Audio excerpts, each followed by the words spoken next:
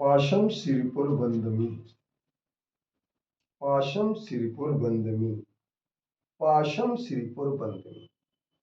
या श्रीपादं तवेश श्रियति सपदि सह श्रीपुरं संश्रेत स्वामिन् पार्श्व प्रभो त्वत् प्रवचन वचनो दीप प्रदीप प्रभावै लब्ध्वा मार्गं निरस्ताखिल विपदगतो यत्तदीशै सुदीवी वन्द्यास्तुत्यो महास्त्वं विभुरसि जगतामेक एवाप्तनाथ। हे पार्श्व प्रभु स्वामी, आपके वचन प्रवचन और आपके चरण दोनों शीघ्र ही जो इनका आश्रय लेता है वह श्रीपुर अर्थात शिवपुरी सिरपुर मोक्षपुरी को प्राप्त करता है। ये इसी आधार पर श्रीपुर पार्श्वनाथ नाम आचार्यों ने निश्चित किया और इसीलिए श्रीपुर पार्श्वनाथ ही सिरपुर पार्श्वनाथ बना है।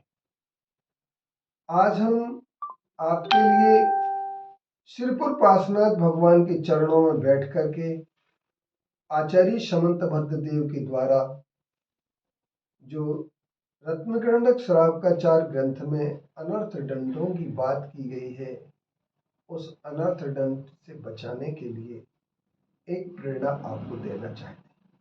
आप बहुत अच्छी तरीके से समझ सकते हैं कि जिंदगी में आदमी के पास बैठे बैठे दो प्रकार के काम होते हैं, एक सकारात्मक होता है और एक नकारात्मक होता है।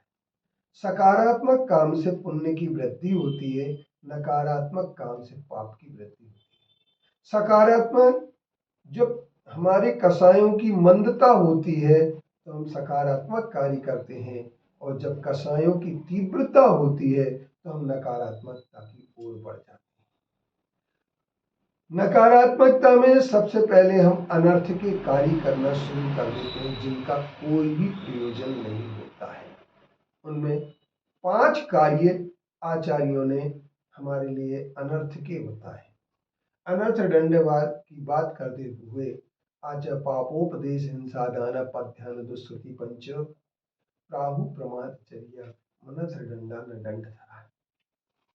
5 प्रकार के कार्य जो होते हैं, एक पाप का उपदेश देना, एक बार हिंसा की वस्तुओं का दान करना,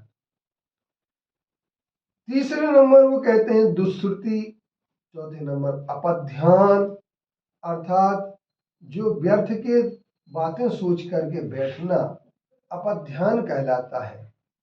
और इसके साथ साथ अपध्यान के बाद अंतिम एक प्रमादचर्या होती है।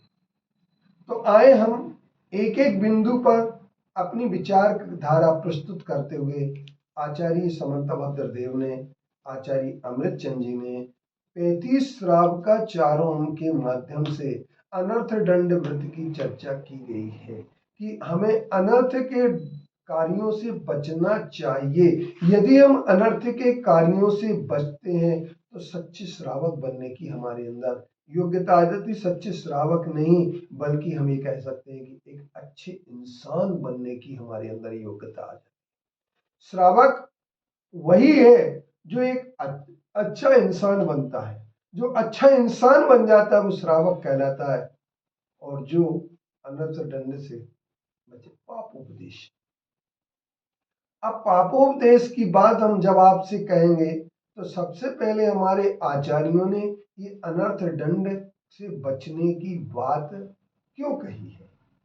क्योंकि हर आदमी अपनी प्रमाद से, अपने अज्ञान से, अपने अनावश्यक सेखी बगाड़ने के लिए, प्रदर्शन करने के लिए, प्रतिस्पर्धाओं में उलझ करके अथवा दूसरों को नीचा दिखाने के लिए व्यक्ति अनर्थ दंड करते हैं।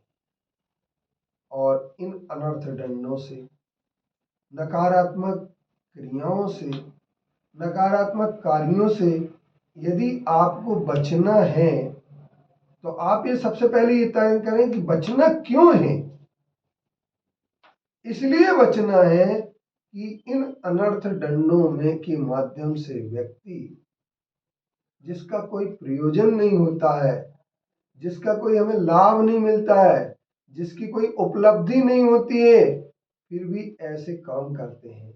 जैसे हम आपके लिए एक उदाहरण के तौर पर कि एक व्यक्ति चला जा रहा है, चलते चलते पत्ते को तोड़ देता, मरोड़ करके फेंक देता है,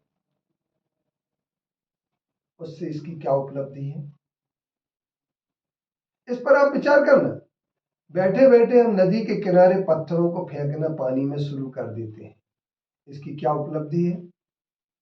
तो इन सब चीजों के माध्यम से हम तालाब के किनारे, नदी के किनारे, कुएं में पानी फेंकते हैं, या हम पत्थर फेंकने लगते हैं, या पानी को अनावश्यक तौर पर बचत करने की अपेक्षा बहाने लगते हैं। तो इस अनर्थ से हमें कैसे बचना? तो आइए आज हम आपके लिए अनर्थ का सामान्य स्वरूप आपके लिए सिर्फ इतने स्वरूप में कह सकते हैं कि नकारात्मक अप्रयोजनीय कार्य करने का नाम ही अनर्थ है, और ऐसे कार्यों से हमें अवश्य बचना चाहिए। यही अनर्थ दंडवत का सबसे बड़ा आचार्यों ने स्वरूप दिया है, जिसे दूसरे हमारे गुणवृत्त के अंतर्गत समन्तबद्ध देव ने लिया है।